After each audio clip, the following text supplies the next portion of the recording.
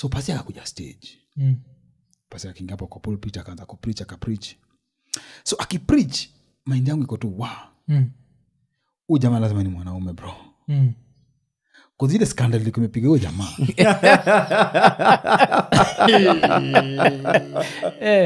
Bro kuna wanaume hii dunia. Mimi sana naenda ku research. Ilikuwa church heathen. Bro.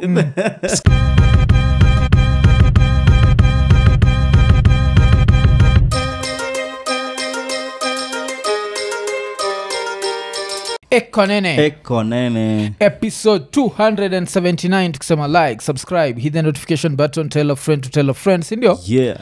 Alafu of course tuko na Daddy Owen leo. Na reason tuko na Daddy Owen ni ilikuwa ni ile wiki ingine on Sunday tunashindwa kama alikuwa Nyayo Stadium ama zi. Na kuliendaje?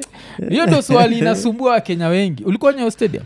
Hapana, mimi nilikuwa shughuli zingine tu. Yeah. So vile ulisikia mwingine anatafutwa na si wewe na ulisikiaje? Hii story ni bamba sana lakini nasemanga tu na mambo yangu mingi sana endelea kwa life yangu. So kuna venye Wakenya wali create story na wakarun nayo. So unawachanga tu run nayo. Kuna venye unachatua sawa run na story because unajua wase juzi nakumbuka gado wangu alikuwa ananiuliza. Gado wangu ni mtu wa kusikiza radio sana. Ananiambia mdosi, nimeamka hapa asubuhi nasikia wajamaa wanaongea about wewe sana bwana.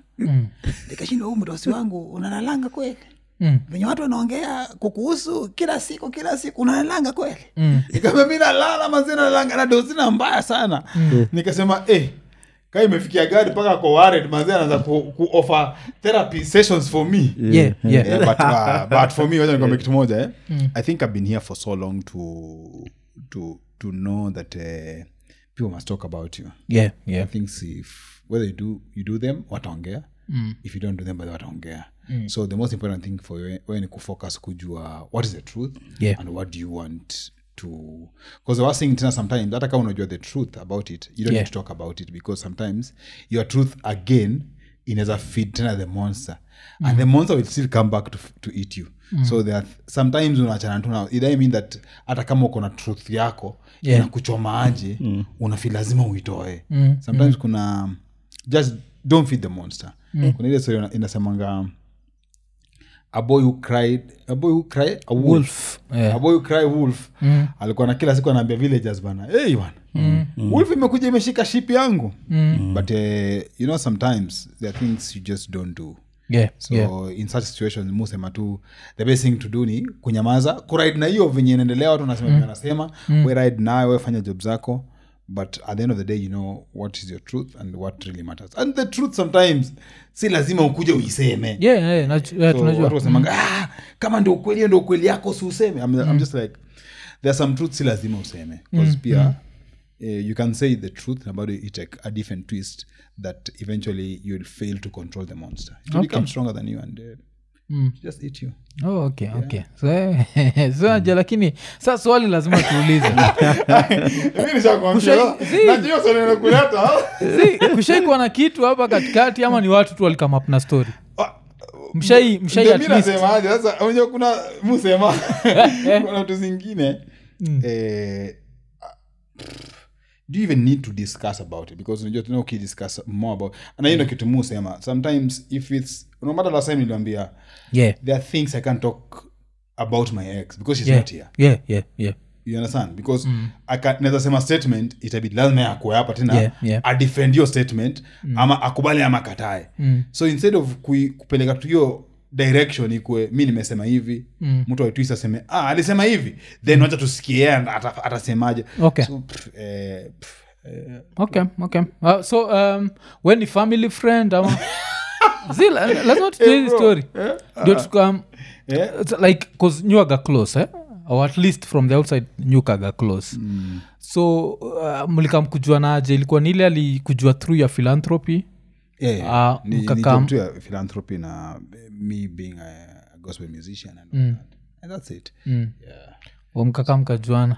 But sasa unajua kuna siku tumeamka tunaona Daddy Owen introduces Charlene to his mother. Tuko like lazima kwamba Osela mwapige twist kwa kila kitu.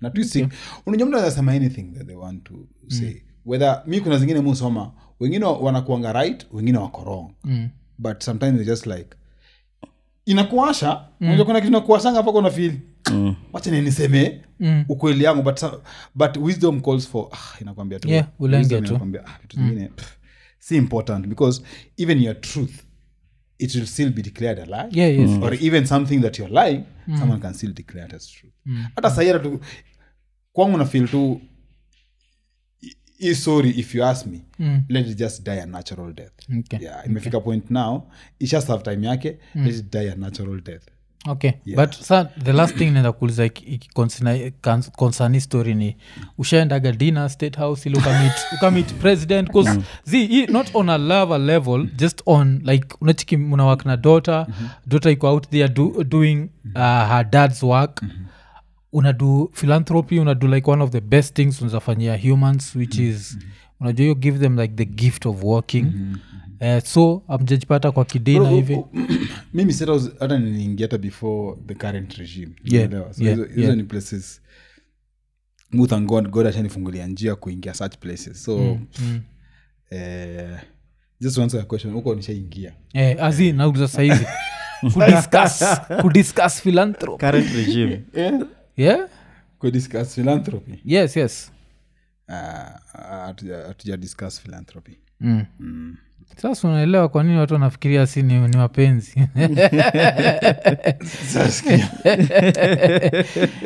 unajua like I said and then tena kitu kingine musema you see there are people who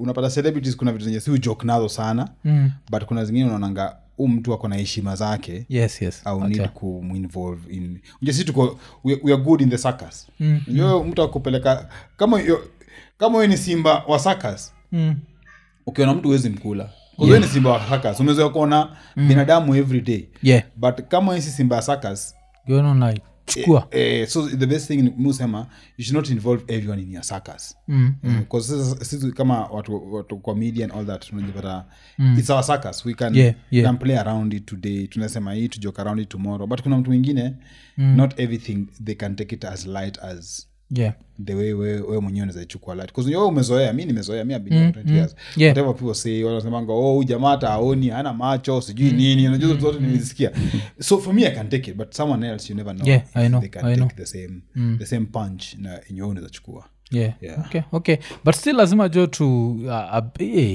Malaika Disability Foundation jo vitu unafanya buda like kuna zile muonaga before and after lazima jo tukwambie jo asante like on behalf of those people I don't even know them but for you and kwa nini ulichagua this specific disability ya walking because I feel like it's such a understand you know interesting thing about we as Africans ama Kenyans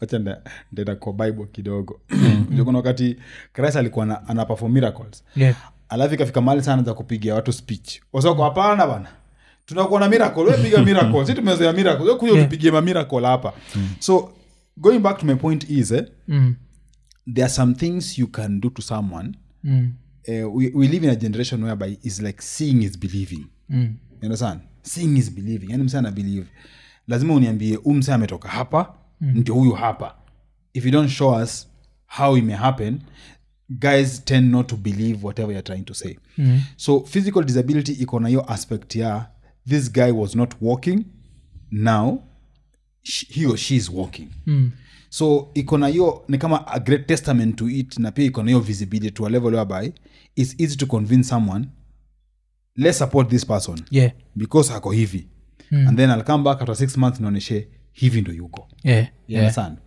and apart from that it's a transformation that hata mwenye kamali unajuanga umse alikuwa atembei sasa anatembea the satisfaction that you get is on a different level and then the main reason why now this is the main reason why I picked it is because there was like a thematic analysis that was done on physical disability in the country that more than 85% of the the physical disability in Kenya is correctable.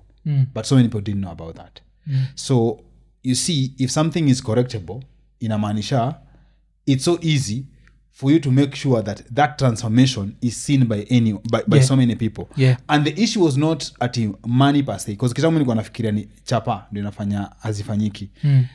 We discovered that number one thing is awareness. The number one issue is awareness. So most parents, most villagers, most people from who have wanaonanga watu kama hawa hawajuangi that this is a correctable form of disability. And then so toke hapo ndio ingi story ya chapa. But the first issue is awareness. So nikaona with my platform I can create awareness. So many parents hata wananitumianga picha naambia hii ni correctable, wanasema serious. Mimi ndio mtoto amezaliwa hivyo nikajua haisaidika. So most of them hata wakwambianga ati shida ni pesa.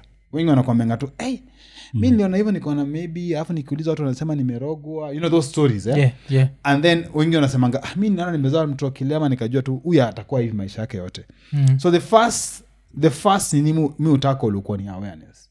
So I was like, I have a platform, I can use it just to spread the awareness. Okay. Because hata nilicheki poster umetumia kwa Malaika Disability Walk. Happened this Saturday. This Saturday.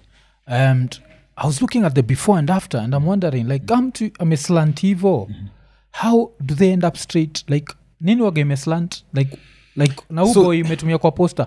What was the problem?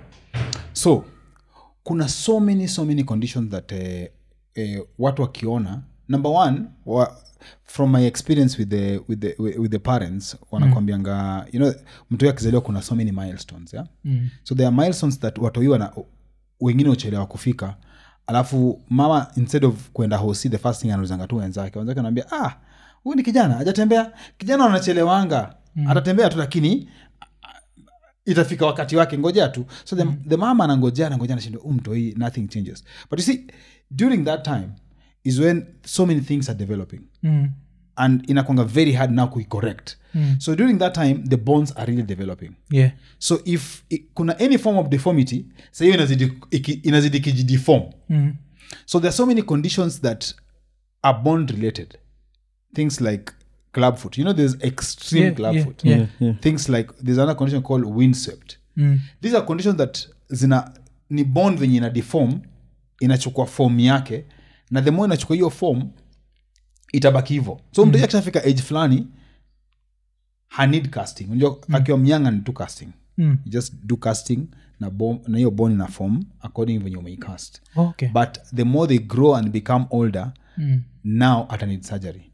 So huyu kijana noma yake ilikuwa the way your joints, for example your knee,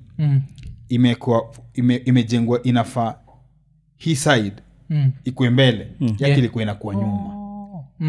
Umenielewa? So yake ni side ya mbele inajikunja.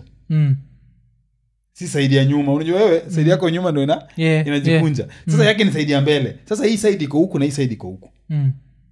So you have to do surgery to make sure that you turn all these things ziko on the right side. But hii side iko tu sawa. So akitembea alikuwa anatembea lazima atembee na hiyo stick. Unaona hapo ka stick. Ndio asianguke mbele. Umenielewa? Unajua kama wewe una moving nyuma. Sasa yeye ana move mbele. Akisinani kidogo anaanguka mbele. You get? So a surgery was done on him. And right now kijana manze hata ball anacheza. Anacheza ball. Iko how old? Sasa ni msomso. Sasa ako shida watu wa disability huwezi pima na shule because most of the time they delay. They start late. But najua ako ashafika around 17 18 right now. But utapata bado ako shule but alichelewa. Because you see, for example, even surgery alone, one leg inachukua 6 months ndio ipone.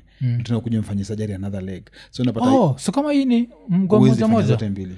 Because he has to be able to walk. Huwezi fanya zote mbili. So you have to do one, wait ipone, then you do the other one.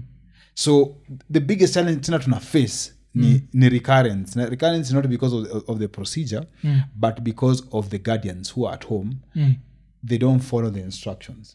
So that's the biggest challenge. So inabidi sasa, that's when unakumbuka nikisema I had to build that ward. That ward inasaidia even if wakuje hapo. Because kitambo ilikuanga umefanywa surgery 1 week unaenda home. But sasa kuja kudiscover kulikuwa na so many recurrence. So when we did the research we discovered that the issue is not even the procedure. The issue mostly inakuanga ni after.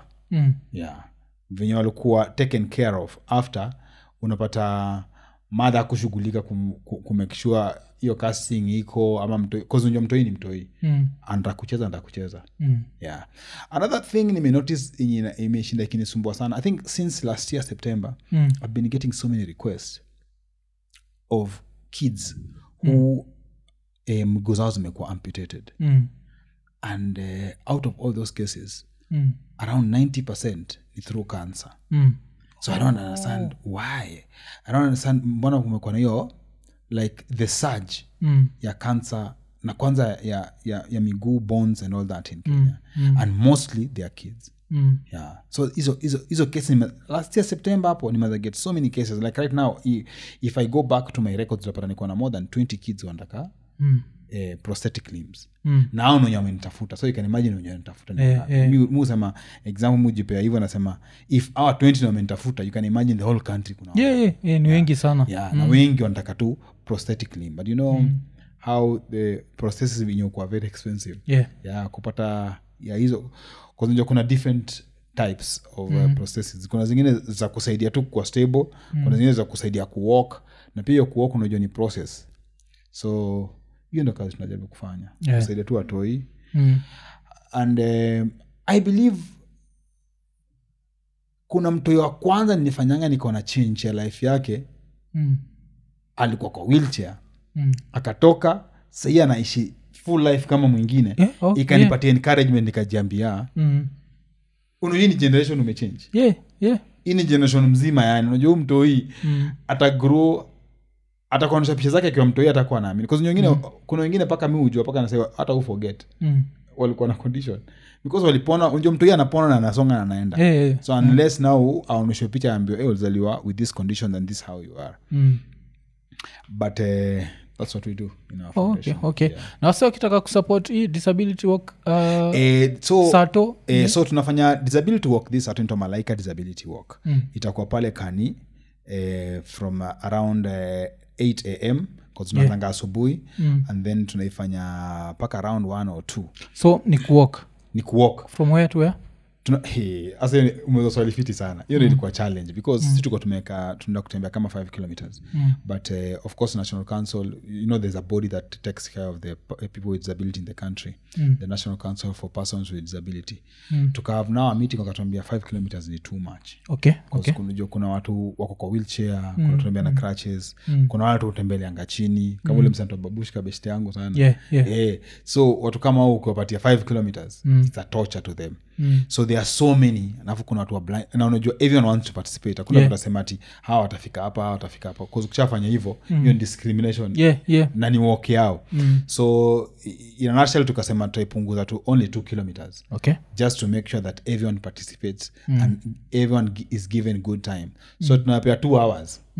Umeelewa, for 2 hours. So watatembea from Kani, tunazunguka around Uru Gardens, then we're coming back because kuna njia bypass huko nyuma, and then we're coming back. It's as simple as that, just to create awareness. And then wakisharudi Kani ndo tunafanya saa the main event. So hapo ndo tutakuwa na performances from, tunataka watu waone pia wase visual impairment, wako na talent, wase wako na shida yote, kama ni physical disability, kama ni msewata kona hearing impairment, wote wako na talent in different forms, wanaweza showcase on that day. So kutakuwa na dio performance from kina Guardian Angel, kina nani, kina Babushka at the same time, kutakuwa na kina Timeless Noel, but the main focus itakuwa tu on persons living with disability. Because our aim is just to make sure that we raise some funds. Because sijaifanya fundraising, this is the first time. Sijawahi, yani hizo miaka zote I've registered my foundation since 2012. Nimesikia kusema ndio amefungua foundation sasa ameingia serikali. Boss, my foundation ilianza 2012. So I've never done like a fundraiser. This is the first time I'm doing a fundraiser because weirdly the Kenyans when you request walisema OWEN, we want to feel we want to tap into the blessing tunafeel pia si tuna support our toy so nikasema for the first time let me put it open, let me keep it open for everyone to participate so nikaeka paybill number hapo inakuanga paybill inakuanga 400-200 and I think account number ni 400-55577 yeah. Okay, so so umesema kama mtu iko Kenya anatumia hiyo paybill yeah. Kama mtu anataka kushow up sato what do they do? Kama nataka kwanza event nimeka open ni free for everyone anyone anaweza come but ukitaka kushow cause kuna watu wengine wanakuambianga I must lama nibaki na kitu umeelewa so kama unataka kusupport kuja walk tunasema una buy t-shirt ni only 1000 okay yeah hii tumemake tu ni for mtu ni symbolic mtu akuje hapo I feel too I participate in this walk kutakuwa na certificates pia for participation so ukitaka kusupport the walk una buy t-shirt but walk ni open for everyone okay yeah, I hope jo umebeba t-shirt kadhaa kwa kwa gari jo tuzie mina Ian sindio lazima Ian jo acha tu support jo Ian unava XL ama large hiyo X nimekuongezea unajua kama mna grow nimeona Ian amegrow na mwa pia amegrow na studio pia ina grow in leaps and bounds the last time I was here I've seen a drastic change you guys are growing in leaps and bounds na pia si studio na si kimwili but it's a good thing nasemanga each and every day nikiona wasa kipiga ka improvement progress to me it's key very important na sasa nini watu wako diaspora tuseme mseiko diaspora anataka kusupport and support aje tumekuwa na issue with our website ilikuwa imedu lakini tumeirudisha so I think this week ndakuwa nimepeana the full information about stories of PayPal and all that yes ukishaget tu utatuambia alafu tubaki tumechangamka haraka but buda jo ile kitu tunafanya jo sikuagi nini I'm not a believer but nasema that's God's work hiyo lazima ujue nikwambie unafanya the new age miracle mimi naambianga kama unataka kupiga miracle sasa hizi ndio miracle huyo mtu yeye ata understand now if you're talking about a miracle mtu ata understand I've left a wheelchair now I'm walking like anyone else because hata kanao chini ukiuliza mastori mtu yeye anakuambianga tu mazeni natamani tu kuvaa kiatu hiyo ndio dream yake yani afikiri vitu zingine hata afikiria kupasa exam because such an issue kwake ni a thorn in his flesh mentally umeelewa kwake cause huwa peleka paka therapy because hiyo ni thorn kwa flesh yake and then pia kuna wengine sasa kama watu hiyo cancer the biggest issue unajua in the disability world si usema the toughest moment ni wale watu wakuzaliwa na disability forget disability unajua wale wazaliwa nao ni kama your reality you've never known anything else but wale wazaliwa nao kama sawa watu unapata wako amputated it's trauma first and foremost it takes them so many years and then unapatanga so many injuries unajua mtu anatoka kwa bed usiku anataka kwenda kwa choo anaamini akona mguu zote mbili so atadunda but unajua cause wako ni natural so mtu anachoma kama wani anasema training kama wani cause the first instinct inafaa akishaamka avai ingine na aende lakini sio hajazoea so it takes time for them to get used to it so it's one of those things right now even na try kuongea na counselor wengi how we can do a lot of therapy for such kids because those cases zimeanza kuwa more paka you wonder what's happening but because even talking about disability na talent ni weekend we were treated to some of the best music kuna musician wa coast anaitwa Ian Michapo unamjua najua Ian si meet person lakini najua tulikuwa tumeenda on the ile dao Tamarind dao tulikuwa tumeenda dinner hapo alafu yende alikuwa na perform na mother fulani ilikuwa nini ilikuwa ni hata shout out to boy kuna boy wetu fan wa Iko Nini anaitwa Chucho Manchis aka Oliver ndio jina yake agava but yeye ni aka Chucho Manchis yeye ndiye alituamulia tu alisikia tuko coast akasema anatuchukulia dinner on the nini na ilikuwa dinner big because ilikuwa mimi wife my sister in law my niece alafu na Ian tulikuwa like alafu now the performances were Ian Michapo who's blind and a certain lady pia ulikuwa blind was also blind and it was such a beautiful performance because pia ilifanya nikaanza kufikiria juu ya the power of music tunabonga na bien hapa juu ya the power of music na sijui wewe mwenyewe as a musician unaichukua gaje cause tuko nasema the way it's unexplainable like music is kwangu music ni very spiritual. Ukiniuliza music kwangu ni very spiritual. Na music ni very very powerful to a level whereby music inaweza kuteleport. Umeelewa? Music kuna ngoma mimi nikisikia saa hii kama za mtu kama Remi Ongala nikisikia ngoma kama hizo inanirudisha ngaocha immediate na ngoma pale nilikuwa nimekaa nikisikia hiyo ngoma nikiwa mtoni. Music is very powerful because hata kuja biblical kidogo. Music is one thing that remains constant. Yani unasikia hata in heaven kutaimwa 24/7 na hapa here on earth kuna power musician anakuanga nayo. Hata pastor jaribu aje aizangi fikia hiyo level. Music ukos paka revolution. Unaelewa? Revolution inaanza na muziki. Music yani kuna kitu yo do. Mimi ni fan wa ball sana. Unaonanga hata team support Real Madrid. Hata ikiwa down kuna ngoma inaekwanga pale. Ikianza kuimba ama wa Liverpool wanaongenga about song inaitwa You Never Walk Alone. Ikianza kuimbwa unapata atmosphere ina change from the fans even to the players. So kwangu music is a very powerful tool.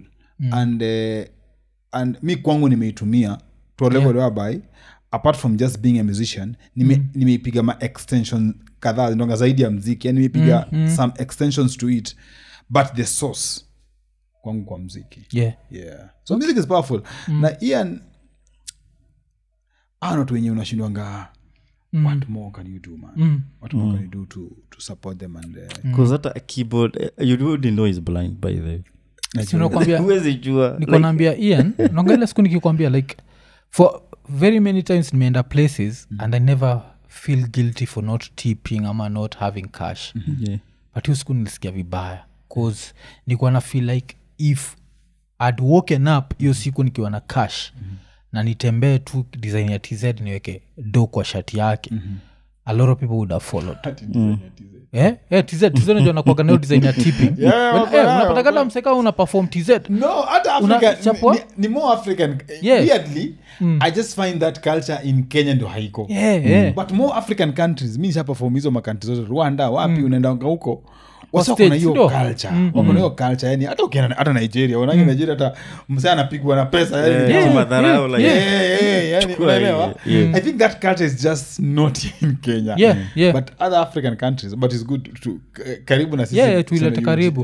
Because Mikele najua ni tukienda on the DAO tena. Hiyo siku maybe ndio ikaido mob. What we are going to do ni tunaenda kuchukua manoti at least Ruabe and we'll make a few trips hapo and we see if we can start that culture. Because you know it starts with one person. Like this person sees it because there's no way mnafaa kuwa entertained to that level and just leave that artist to just be paid the normal man like like you have to support. Alafu kutuma kwa simu haita make statement. Yo kutoa cash hapo mbele ya watu mpaka watu waone like we need to support this, we need to encourage this because that's another way ya kuonyesha disability is not inability. Acheki because ilikuwa powerful like Buddha jo. Next time kiwa coast I think enda kwa DAO. Itabidi mtafuta. Enda kwa DAO. Yo dina DAO ushaifanya? Sindio? Hiyo time ilikuwa ni yeye? Hapana. Haikuwa ni yeye? Haikuwa ni yeye. Sasa hizi endo the main performer. The main performer yeye na huo mother. So next time ifanye tu especially comes na support watu wa disability. Kwako itakuwa even more spiritual. Like it was your experience wezi describe like any Iko Nini fan jo.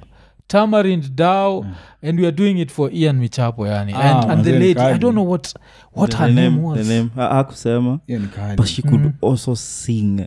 Oh my god. Hiyo ni statement kali. Hata kiindi yuko sema aenda supportiwe. Hiyo ni statement kali. Tunamsupport alafu pia nene msupport. Tamarind pia like big shout out like for you whoever thought about that idea kama like this is the best way to support like let them work because they work like wanaimba for like 3 hours wamesimama tu anakutuia all hizo hits zako zile zote unajua from all over the world, from the Celine Dions to Harmonize to from Arab to Indian. like anapiga everyone kitarmendra ilikuwa crazy. unajua Like- hiyo wanaput to stamp to one of the statement that every now and then muenda kwa hizi forums za disability also sema we don't need sympathy, all we need is an opportunity. Yes, Give us yes. an opportunity, we can show you what we can do. So wananemanga tukila sika as we don't need sympathy, we just need an opportunity. Give us an opportunity and we'll showcase and we'll show you what we can do. So mtu kama Ian I don't think I need sympathy. I need sympathy and I need you. Nipatie opportunity then me I show you what I can do and then from there we mwenyewe ujue alafu sasa sisi as much as the tipping culture si yetu pekee si hivo the same way we tip because sisi we tip waiters sindio now it's time to tip the waiter plus the musician because nagata hiyo siku tulitip waiter the only thing I felt weird, maybe I was wrong but nilifeel like nikienda nianze kuuliza buda namba nianze kudu hii process yote maybe I don't know but I felt like hiyo cash vile hiyo place kwa imejaa tungeenda tu hapo tunaweka cash kidogo watu wangeamka nacheki because it was such a nice performance like like wangeamka hapo na to Masauti as well shout out to Masauti ndiye alituambia jo buda like life waga interesting sijui hizo coincidence ishai happen tulikuwa na Masauti anatuambia like kuna buda fulani alinidiscover coast ni blind anaitwa Ian Michapo sindio so mi na Ian tuko now this Ian tuko coast alafu namwambia usikia tutaweza kuwa na Ian because the way vitu zimehappen tumeenda Diani tumeenda what then tunafika kwa dao tunaanza kubonga na mse alitwitter for your dinner Oliver anatuambia hata performer hii place ni Ian alisema hii band ni blind first yes. Alisema hivyo Nikolai Quaid hiyo ni such a coincidence nikauliza kuna mtu tunatafuta hii alisema tukiwa kwa dao sasa ndani kuna mtu tunatafuta tulikuwa tu interview anaitwa Ian nasema si ndiye yule ala no you can't be serious It's as simple as that. Ilikuwa simple as that. Nice. It was such a nice. So ni kitu moja tu acha tu encourage yourself for the last time. Ukiwa coast and you're going for a dinner. Tamarin Dao and we're doing this for Ian. Beba kitu, beba cash ilioneza baki umeonyesha nayo kusupport. Tuanzishe that tipping culture. And because you're not giving him free money. This is you're just appreciating. You're paying for the art. It was ilikuwa powerful. Ajaka home agenda kwa street kubeg. Agenda kwa street kubeg. Because unajua like Africa kuna kuagana hiyo ya disabilities inability. So it's good to see people. Alafu ilikuwa know that lady, I don't know her name. Pia iko blind. Alafu sasa cause Ian alikuwa amevaa specs, alikuwa amevaa nini hizo shades. But this lady hakuwa amevaa, so you can actually see that hana macho. Alafu kuna kitu nini fulani wife alinifanyisha hiyo siku like an experiment which one is ajua hiyo eye yako moja waga totally blind so wife alikuwa naniambia ati nini alitudisha experiment hata na Ian ati apparently the eye that's blind sees nothing aionagi hata color it's just pure nothing it's darkness ni darkness but it's not darkness cause it's nothing weird unajua mimi nasemanga nikaa naishi kama mtu naona na mtu blind at the same time in one head umeelewa cause sasa it's just a weird feeling it's like just a hollow thing kwa sababu nikifunga kai jicho moja si nikitoa hivi so kwangu hii ndio jicho wewe unaona unaelewa so nikitoa hivi nifanye hivi bro yani sijui naweza kuambiaje it's just nothing si black at it's just nothing si reddish ati kuna we reddish because unaona so light inapita kwa hizo vidole zako inaifika huko umenielewa but kwangu hakuna kitu reddish it's just nothing it's nothing alafu ni experiment mtu anaweza try home so kitu happen ni at the first thing unafanya ni unakawe mtu kama mimi unatoa specs unafunga macho you'll see color si ndio and then reddish. The next thing ni unafungua macho moja alafu unafunga hii moja hivi unaifinyilia utanotice hii haioni chochote haioni hata color it's nothing and that's what now mtu blind ni both hivyo lakini so ukifinya zote mbili utaona black cause but ukifinya hii moja now your brain inakuonyesha nothing from this side Nothing. and that's how like blind people see it's Yes. a very interesting thing like vitu so take for granted like sight Ai. we take a lot of things Nikaa juzi For tulikuwa granted. tunashoot ad fulani so ilikuwa Deno ni blind alafu kuna DJ mwingine DJ Euphoric Euphoric nayo kwa wheelchair so wakaanza banta so Deno akaambia Euphoric mimi nikichukua hii wheelchair yako utakuonekana samaki imetolewa kwa maji.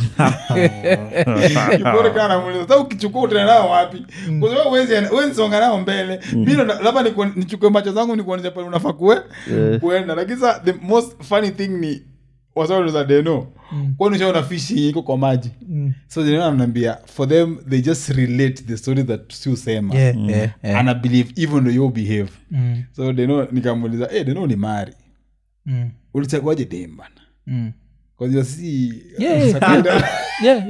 si ata kawaida wana macho. Mwanaume ni macho wala waangalie utupe macho mbili tatu akaniambia for them is more about the voice which is very interesting. Okay.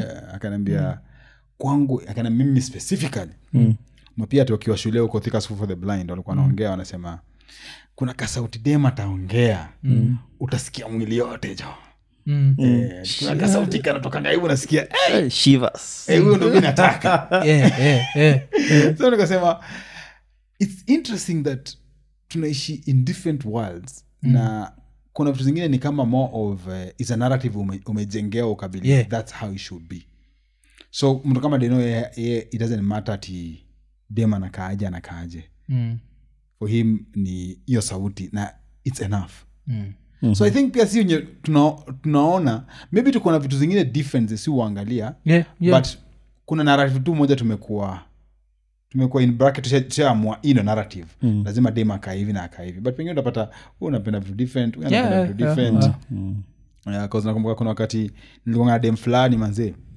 wewe dem alikuwa ngarada even now and then akiona dem anapita anaangalia kanta react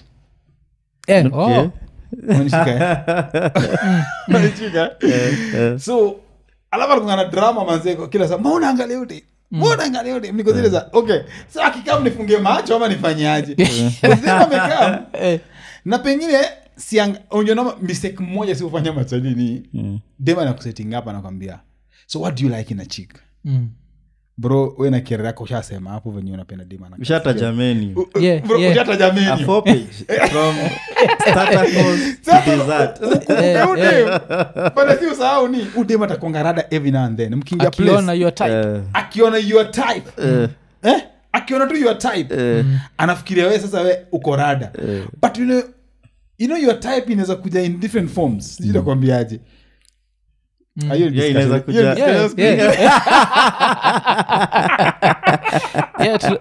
tunajua ni poa vile nimekwambia there are some stories you deal with them ikianza okay usingoje iende that's another thing tulikuwa tunabonga na wewe before tuanze kushoot na ulikuwa nasema juu ya vile umekuwa ukiangalia the PDD situation na unasema it could have been nipped in the bud there are some things in this world you just nip it at the bud because normal inakuanga unajua kuna narrative inaweza anza the same wanasemanga truth inapiganga lies inapiganga lap kwa world before truth ka bado truth inavaa kiatu umeelewa but truth inangana kwa kiatu lap ishazunguka world isharudi but mimi namaza kuvaa lap lies ishapiga lap nyingine isharudi so that's the problem about narratives you'll find ni kama sai you know kama story ya Didi is like everyone is coming out now everyone is coming out Didi alifanya hivi and then you wonder na ukisoma hizo story vizuri unapata the cases ni cases za 10 years ago 15 20 kuna zingine paka zinakasi 20 something years ago and you wonder okay why are they coming out right now so kuna hiyo moment msee unakuanga na hiyo if you have something you feel it's like a thorn in your flesh deal with it now okay deal with it now kwanza kama mwanaume just deal with it now at least you sorry imetokea deal nayo tu sahi because the worst thing ni ukiacha hata ukifunikia inakujanga inakuwa kimountain na grow na hiyo ndio sorry mob hata muombeanga say kwa marriage the biggest mistake wase ufanya ni kuchukua takataka unaikanga chini ya ulituambia like last time unaiweka tu hizo vitu ndogo before you do it it's a heap one day before you know it ishakuwa heap and it's too late there. Yeah, cause kama hiyo story ya Didi mimi nasemanga yani saa hii ni ukisikia hizo story unashindwa okay mbona ime take long for everyone to come out. Yeah, but if umekuwa kwa entertainment industry unajua ni story umekuwa ukisikia ni kama nilikuwa nafuatilia story ya Shine. Yeah, cause you see mtu kaa Shine, yeah, these are the first people walikuwa nakuja tulikuwa tunajua walifanya tukajua story mob zina happen huko ndani na mtu kaa Didi hawezi shikwa.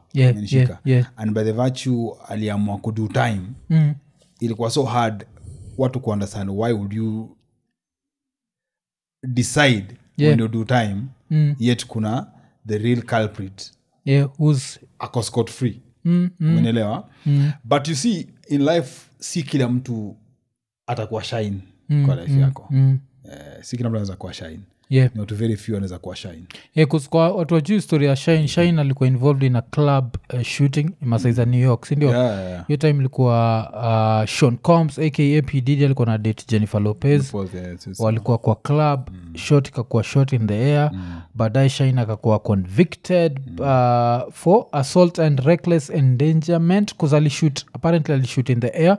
He was sentenced for 10 years in prison, but aliserve 9 from 2001 to 2009. So ilikuwa akaingia politics. Akaingia politics. Saizi ndio the leader of opposition wa Belize. I think that's the reason why hata alinini cause vile alikuwa released, he was deported ama he was deported. Alikuwa deported. So the only thing imefanya ameweza kurudi US ni the fact that yeye ni politician. I think pia 10 years imeisha. Kuna hiyo cause alikuwa deported to his place of birth, Belize. So kulikuwa na hiyo. Ndio nakwambia sasa there are some things in this world you have as a man unafaa tu deal nazo mapema because we've seen the same thing recurring and tumeona na kina Bill Cosby, tumeona na R. Kelly. Umeelewa? All these things tumekuwa tukiziona because I remember hata story ya R. Kelly ilikuanga akona alia and then at that time inakakaa joke si serious but eventually you see the same things zinakukula kule mbele. So just an advice to any man manze, kuna vitu zingine deal tunazo mapema. Na story ya nani basi unaichukuaje story ya TD Jakes? Ushaimit TD Jakes bila alikam Kenya? No, sikumit. Nakumbuka at that time nilipata the only ticket nilipata ilikuwa 75k. Tikia kwenda kumuona? Tiko ilikuwa ka 75k. Ilikuwa a regular ama VIP. Zile zilikuwa regular goes shaisha. So nikapiga hesabu nikaona at that time nilikuwa bado singeweza afford pesa kali, nikasema because yes financially sikuwa na dupoa. Nikasema wacha nichoree for next time. So sijaipata hiyo chance ya kwenda hadi kumuona live. So historia yake unaichukaje? Cuz niko sure ushasikia alikuwa linked na P Diddy na apart from that kuna stories zingine. Unajua na hiyo ndio inakuanga noma ya life venye musema kila siku hiyo noma ya there are things in this world you must know what is your approach and who do you associate yourself with because unajipata kwa noma yenye hata ujui unatokea wapi na before ukuje uconvince wase useme sijai kwa hiyo noma bro ilisha kuramba cause the people who you hang out with, the people who your company cause hata kuna sababu inasemanga bad company corrupts good morals. Utapata the company that unassociate now peke yake inaweza kuja kudefine a very crucial part in your life. Na maybe sometimes hata wewe haukuwa unajua niendelea. Siwezi kuja hapa naanza kutetea Jakes. Umenishika. Siwezi kuja hapa naanza kumtetea.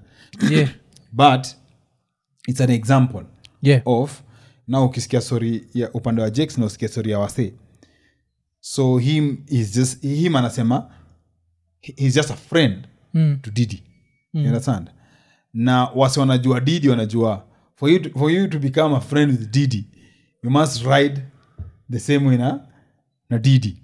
Venye Diddy kama anapenda kwenda hii side uende hiyo side, kama anapenda you understand kama anapenda gari yake ende. Now we know sasa ndio tumeanza kusikia story mingi about Diddy. Kuna implications mingi za mambo go way back to Notorious to what is happening right now, unasikia stories like na make meals and all that. Yeah. So it's challenging ukishafika in such a situation ujitoe ndani. Wacha nikwambie story. Iko was a very at the right time. Yeah. Sunday, wase msifanye research nilikuwa wapi. La Sunday. Nimeenda church fulani. You know we will. Yeah. So mimi kwenda hiyo church bro. Kwanza nilipigwa invite nikaenda. Na hiyo church ni church ili kuna wakati ilipigwa na scandal. Unasikia scandal? Yeah. Kuna scandal na kuna scandal. Yeah. Ilipigwa scandal moja nikasema hii church sasa imedai. So mimi nikaitwa church nikaenda nikasema acha tu niingie. Who am I to judge anyone? I'm not a saint bana. Yeah. So nikaingia hiyo church. So fikiri church nikaingia, wanasema service inaanza kama 10. Mimi nikaingia hiyo 10. So nikafeel kwani church basi walihepa hii church ama nini? Wasa wako by the way. Watu wanaimba kidogo lakini si wengi. So nikauza one of the pastors there. He's a celebrity. Nikamwambia bro, kuna swali ya church. Akaniambia time ijafika. Lakini watu wanakam. So by the way, true to his word, after a few minutes, 30 minutes hivi church ikashona chuma kabisa. So pasi akakuja stage. Pasi akaingia hapo kwa pulpit akaanza kupreach. So akipreach mind yangu iko tu huyu jamaa lazima ni mwanaume bro. Kwa zile scandal liko imepiga huyo jamaa.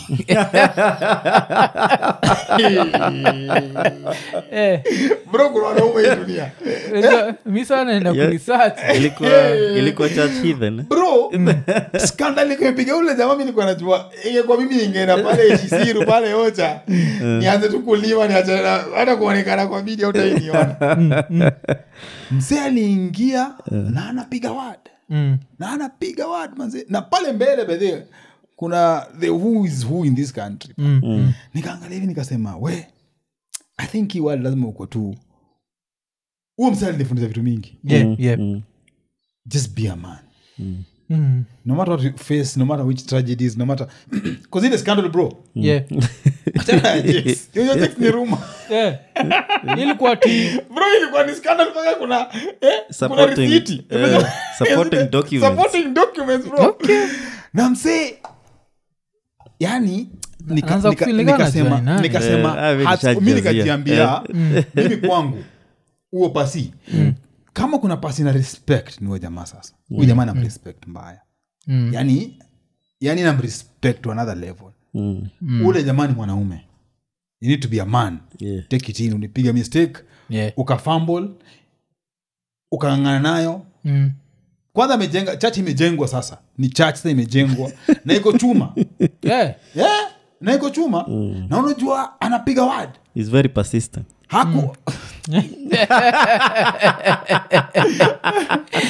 Hakuingia ati akapiga hiding, akaingia na kakuna unajua wase wengi kuna scandal mazeni za kumaliza career. Najua. Na kumaliza kabisa. Mimi nilikuwa so sure. Ilimjenga. Bro mimi nilikuwa so sure umemaliza kabisa. But nilinga chat Sunday. This scandal lazima ilikuwa financial ama sexual because mostly sex ndio bring down men. Bro. Wewe tu ndio only thing nenda kuuliza. Wewe tu ni bad. Ilikuwa bad. Okay. Lakini msee alichangamka. Madhali alikuwa anapiga word paka anajiambia hivi ndio kwa maana huyu ndio mwanaume bana. Hata after service nikaenda nikamsalimia. Nikamsho bro umeni-inspire. I hope mlipiga picha joto dunia. For the gram. Cause nikwambia ukweli bro kuna vitu zinaweza kuweka kwa noma zingine yani. Unje kuna noma zile unaweza choose kuwa ndani. But kuna noma zingine zinakupatanga. Na uweze jua venye unaweza jitoa kwa noma kaa hiyo. Unaweza pata umepiga picha na mtu kumbe mtu anakuanga na scandal tu zake. Wasanza cause na yeye anasema kumbe unajua na umse. Mnajua na unajua not very fair kuja. That's the worst thing about it. Mwafu unajua unaweza pata sasa mtu apiga picha na wewe. Mse kumbe na record yake mbaya. So utapata mse mmoja anakuja kuuliza but kuna watu kama 20,000 waliona na kuuliza wakupata chance ya kuuliza ama wamenyamazia tu wameenda na conclusion yao. And that's how life is. So going back to story ya Jakes, mimi nasema kuna level fulani ukishafika you need to be very careful who do you associate yourself with. Okay, sometimes you just need to be na pia noma ikitokea huyu pasi alinifundisha take it up bana kama mwanaume bana na deal nayo useme hivi ndio iko hivi ndio kuko wala ndakuja tachiko mkuja wala mtaki uishie tembea. Alafu cause ipia lazima nikuuliza vile mbonga jua TDJX nini tiko kwa 75k imenikumbusha kuna story nilisikia majuzi. I don't know how true this is, so wacha tutumia allegedly but allegedly kuna a congregant wa church ya Pastor Ezekiel alienda pale akaambia Ezekiel Nairobi imeniendea vibaya please help me with 2000 shillings nirudi Ocha. Alafu Ezekiel akabaki amemscold.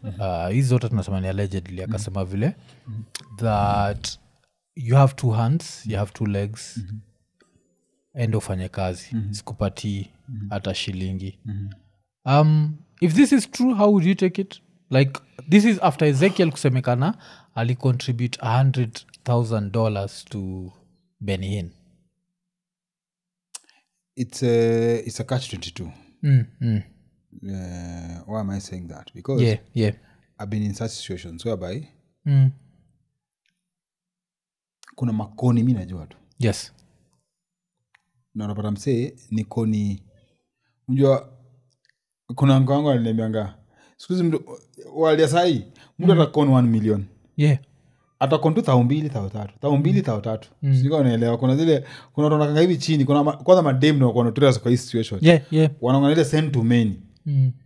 Anatumia Alafu wait. Bro nimelemewa mali wewe 2,000 nikifika jioni akihesabu fiti akozi za 10 yake. Umeelewa? So kuna situation unajipatanga hata mimi nishajipata kwa situation. Yeah. Kuna msee mwenye mimi usaidia wase. I can give you an example of one prosthetic limb. Hata ukifanya research hapo sasa utapata one prosthetic limb kuna zingine zofika hata mita 3. Yeah, okay. Zingine mita 2 ukipata sana kupatia zile za it's like an offer umepewa unapata inakuja kama so 6 so 7. Na uko willing kusacrifice mpaka upatie mtu hiyo prosthetic limb. But kuna msana za kukuja kuomba thao. Umse umemjua. Unamjua fiti. Yeah. Umse ni vichuri tu anda kwenda kubaya ama ni anda kwenda tu kujisikizia yani na hii ni kawaida yake. But utakuwa nampeanga tu. Ile siku utachoka dada tumie tu hiyo message. Yeah. Aseme Owen anikataa kunipea thao. Thao niliomba Owen thao nilikuwa kwa noma. Then issue nyingine pia mimi nimekuja kufind out ni most of the guys nowadays wanakujanga kuomba sana. Yeah. Ni wale wase wenye unapata out of 20 people only 5 wako genuine on your help. 15 kota hata 2 najua I know. Utapata 18 are just lazy people who wanna believe tu wewe ni celebrity ulipata life yako everything will come so easy. Yeah, so kama ile come easy unafuata unitumie. Unaelewa? It reach a point whereby tunaishi kama ni kama tuko generation fulani watu wako entitled. They feel like just because you have money send it to me. Unaelewa? So that's what I'm saying is a catch-22 because you don't know which approach should you take. Does it mean exactly like wanajua msee vizuri? Because unaweza hata anamjua fiti, anajua msee namjua fiti. Ilikuwa dem fulani anakuanga hivyo. Anakuambianga tu kila siku anda kwenda Ocha. Haendangi. Yeah, okay. After 2 months ndio anakuambia nimelemewa nini. Umeelewa? Na sasa hiyo utapata most of the time hizo stories zotokea unakaa sasa mimi sikia ati mtoi nimemsaidia nimefanya hivi. I can assure you inbox yangu uja. Yeah. Na mentality sasa hiyo inakuanga au inakona kitu sasa nitumie. Alafu siku kuna story hebu nitumie za cabbage. Watu yani watu nitumie. Siku hizo wanaongea nitumie za cabbage. Umeelewa? So unapata it's something that is really hard unless ujue the story paka pale imeanzia na pale iko and reason why it's really hard to judge because utapata maybe anammezea what if upate msee anajua ni kama wewe kuna msee wewe sasa inajua hata kuombe hata so 5 utampea najua lakini hata chukua hiyo text aseme ona venye mwafa amenijibu mimi kuna nini hata vile umesema hivyo imenikumbusha kuna boy fulani yule anakuwa one of these media blogs shanidungia siku moja like buda place fulani hapa kwa petrol station isikuwe boy mwenye anafikiria pia mimi kuna boy fulani sana kwa media anakuanga na hizo drama za kila siku so alisema iko kwa petrol station au vile iko kwa petrol station amenotice yuko na cash na watu wamekataa kuchukua cash mi sijaisikia kitu kama hii petrol station amekataa kuchukua wamechukua kataa kuchukua I don't know how aliniconvince baadaye nikashindwa nini aje so wewe nirushie tu songovo hivi as soon as nikitoka tu hivi ni movie gari niende hivi naenda kukuwekea alafu ni whatever niko like okay sawa nikamtumia hakutuma alafu nikasema acha tu ninyamaze nione a few weeks later anatumia another emergency shindo huyu anacheza alafu apart from hiyo kuna mwingine pia tuko tunawaka na yeye Nation Media Group alafu hatukuwa tight unajua kuna watu mko tight na yeye uni boy alikuwa like one of the highest paid people hapo so kuna siku jo asha ndidungia aniambia wife wake iko hosi and it's an emergency nitumie taongovu unajua ile like budacho so hiyo siku nikasema maybe it's true kaambia acha nikutumie 15 alafu si unajua wase wengine wala wanaweza kusaidia wale mkuwa tight nao mimi niko nakujua but we were never tight unajua you must have closer friends so nikamrushia tu 15 rosafi 1500 15k so after kutumia 1500 I think the next day aniambia like hey, so nini may happen they need two more procedures sijui send me nikamwambia jo buda jo yeye ndio akona procedure nikauliza jo buda jo kuna so understand kile unasema there's a procedure now in business kuna ka topic wasio ufundishwa ndio the triple F so wanasemanga zile do ngumu sana kuget ama zile do zenye hazina patient money and impatient money one of the impatient money uko pesa ya bank okay because ukichukua loan kwa bank uko very impatient but the 3 Fs uko very patient so the first F uko family okay if you want to borrow money from family and all that unajua mtu family unaweza bonga na yeye mwambie hebu nielewe bank kishakwambia 5th bro the second F uko friends pia friend yako kuna vinyo unaweza mshow niaje na hivi na hata kuelewa so the third F inaonga fools so ulikuwa among the fools okay ina make sense because unajua so the fools can work in different ways kuna fools kama sasa wewe uliingizwa box lakini pia kuna fools when you want to do any investment the people who just have money and don't know what to do with it so those are the fools so unaambianga enda before when a bank exhaust these 3 options family friends and fools okay so before you in a bank exhaust these options okay afu pia lazima nikuulize basi ulisikia juu ya umse wa nini 1824 mko kifuatilia story like the reason why it was closed no niliona tu mahali juzi imekuwa demolished and all that but sikujua exactly what really so one of the proprietors wa your place alikuwa na 654 million kwa bank account yake alafu salary yake yo wakakanjo salary yake ni 50k I think and he's still working at city council so now gava ikasema utakuwa ukiwakaje hapa na uko na ido and that's how the government ended up repossessing like ikafreeze account yake alafu now the next thing I think majuzi wakasema hii club imetengenezwa na illicit money alafu ikaangushwa chukuaje story so iliangushwa kabisa ama ilifungwa tu iliangushwa sindio simajuzi imeangushwa it was demolished but why yo kudemolish ndio na sheria nayo you can repossess you know there okay I can give you a good example so usikia kila mahali about dari unajua ile ilikuwa ya Tuju si kwanga akona deni sijui na nini but ilikuwa of course under receivership sahi I think inaraniwa na Tamarind so there are things I don't understand why we would demolish a premise instead of just unaelewa sio ukishamfreeze account yake ushamtoa kwa biashara so mtu mwingine because I'm just wondering hiyo land ilikuwa huyo jamaa ama ilikuwa mtu mwingine hiyo ndio kitu moja ile na shida ni a hostile takeover I don't think the guy owns the land because even if he owned the land so you just sell the land basi kama hiyo ndo kama point ni kurepossess. But you also think that some level he became a fool. The reason nakuuliza hivyo ni he was a millionaire. You have 643 million shillings in the bank. You earn 55,000 shillings a month.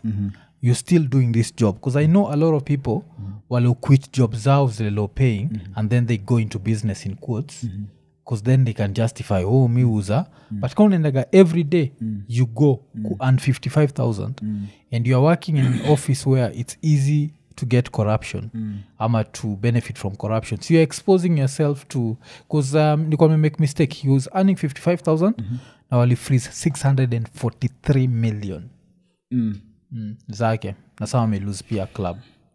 But unajua sometimes yeah, inaweza kuwa unajua ni hard sana sometimes mwite fool, because maybe alikuwa tu conduit, because unajua it depends, sio chapa iliingiaje. Ni pesa iliingia once ama ni pesa imekuwa ikiaccumulate. Because kama ni pesa imekuwa ikiaccumulate then hapo unaweza mdeclare as a fool. But kama ni pesa imeingia once, maybe msali kwa anatumika tu, pesa inapicha kwa account yake, ikitoka ikienda masafa, ikiendanga. Na kama inatumika ikiendanga, uwezi acha job bro. Job yako endelea na kazi yako, because we ni just a conduit, unatumika kupitisha kitu. Wanatonga mule. But it's just a mule. So that's my perspective about it. Maybe. And then bro, what's going to be the most interesting part? Mujipata na trend. Bro, trend yeah. Unapata yani unapigwa left and center, yani na kutenda yangu na kupigwa. Unapigwa. But weirdly, Mungu na one policy somangi comments. So the most weird part na kwanga ni ataka usomi comments. Yeah. People who have your contact wanashindanga na kutumia hizo meme and all that. And then you can sit down one day uzianalyze upate out of 10 only one maybe go correct.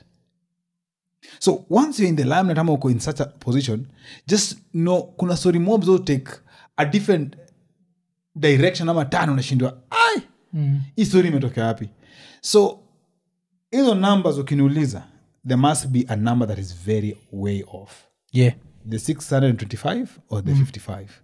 There's one that is because hii akanjo unajua hii ni media, mainstream media ameandika, so they can actually go and check